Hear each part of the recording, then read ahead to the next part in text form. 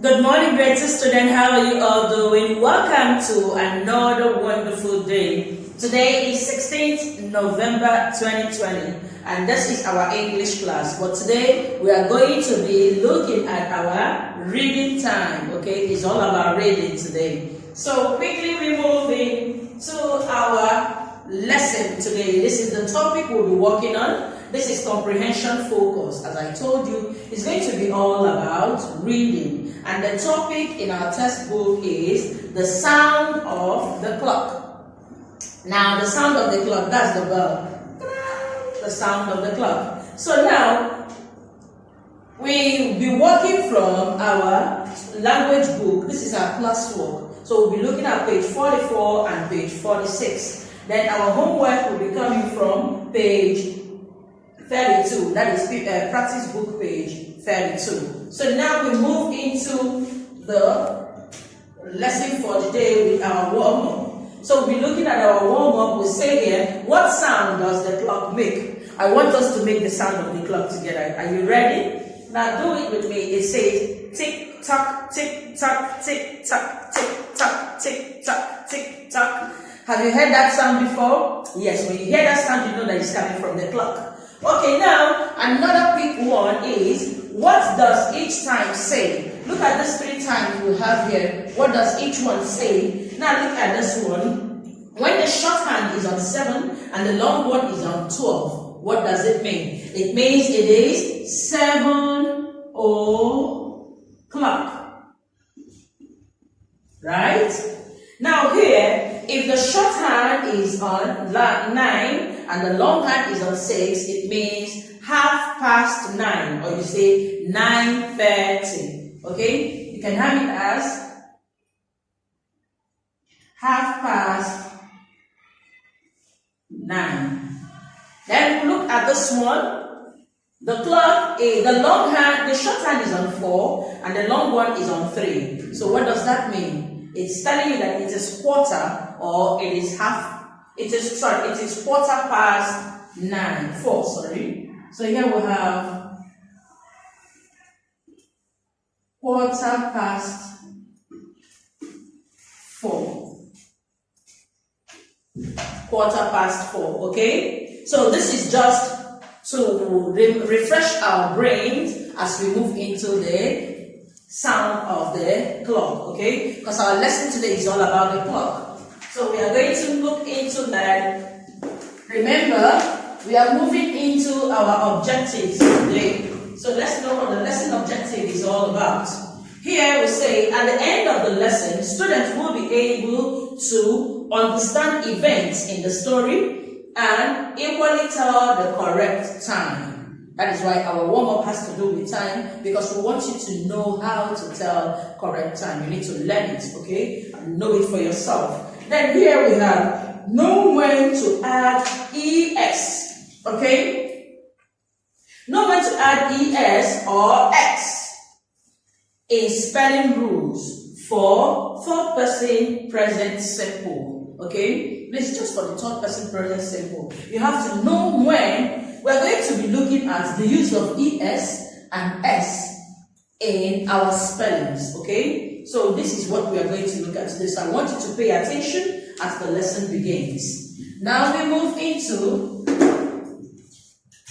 our reading. This is the sound of the clock. Remember, we told you that it's all about comprehension focus, which is focusing on reading. Here we say the sound of the clock.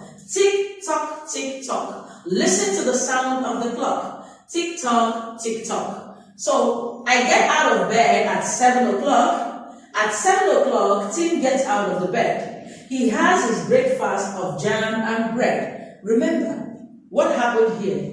He had his breakfast. At what time did he leave the bed? He woke up from bed at 7 o'clock. He takes his stick. It's 8:30. He walks to school. Sometimes late. He's sometimes late. Okay? Now here, his teacher, I go to school at 8:30. I have lunch at 1:15. So here, he gets out of bed at 7 o'clock. Here, he goes to school at 8:30. And here he had his lunch at 1:15. So when you are reading like this, if you want to remember everything, because we said in our objectives that you are going to remember every event in the story. So the best thing you do is you take your pencil, then you underline some key points that you will not forget in a hurry. You will come here and say, I get out of bed at 7 o'clock. So you underline 7 o'clock, or you come here, you underline 7 o'clock, indicating that you need to come back to this point to know what it's all about. Then here it goes down, it says, he has his breakfast of jam and bread. What kind of breakfast did he have? He has breakfast of jam and bread. Then here, he takes his things, it's 8:30. He walks to school. At what time does he go to school? See, I go to school at 8:30, which is 8:30. Okay? So you put it down, you underline this 8:30, then you come here. Because here, I have lunch at 1:15. You underline this too. Lunch at 1:15. Went to school at 8:30. Out of bed at 7 o'clock. Okay? Now, I play games till 3:45. When did he play game? He played games till 3:45. Okay? That is 3:45. It makes 3:45. Then I have tea at 5 o'clock. At 5 o'clock he had tea. Then I watched television at 5:30. See the sequence. At 5:30, what did he do? He watched television. Then I do my homework at 7:30. So at 7:30, he did his homework. So, and then at 9:30, it's time for bed. So when did he go back to bed? He went to bed at 9:30. So now, you are going to remember that he started from 7 o'clock and everything about his day activity ended at 9:30, which is 9:30. So here at 7, it was out of bed. At 7 o'clock, he had his breakfast of jam and bread. 8:30, he walks to school. 1:15, he has 1:15, he had his lunch. Then here, 3:45, which is 3:45, he did what? He played games. And he had his tea at 5 o'clock. Then watched television at 5:30. 7:30, he did his homework. And then 9:30, he went to bed. Now it's time to answer some questions. Here, we are going to be answering thus. Remember, our homework had to do with time. Here, we're going to put time, the handle of this. Remember, the long hand goes to 12, and the short hand goes to the time, the number of the time itself. Now we say, read and draw the times. At 7 o'clock, Tom gets out of bed. So we put long hand on 12, and then the short hand on 7, indicating that it is 7 o'clock. And here, at 8:30, he walks to school. At 8:30, he walks to school. So how do we do this 8:30? We put the long hand here, and then the short hand at 8. So that is it. I want you to do this too for yourself, okay? With the idea I've given you here, use it to do and try this too. So now we move into the next one, which is on. Now I want to explain a little bit about the use of ES and S. Okay? This is the use of ES and S because this is the next lesson we're going to, the next activity we're going to do, class 1. Here we say, when we want to write plural form of a noun, the plural form of a noun. So now what do we mean by the plural form? The plural form means when you want to make it more than one. Plural means something that is more than one. Okay? Noun is a name. Okay? So plural form of a noun. For examples, cat. Cat is a noun. So if you want to make this cat in plural form, maybe to make it 2 or more, okay? Or if we want to write the present tense of verbs like sit, we just add an S, okay? So for you to make noun a plural, which is this cat, you put an S, that's all. It becomes cats. It becomes cats, okay? So that is what we mean by plural noun of a noun. So you should know when to add S in your spelling and when not to add it.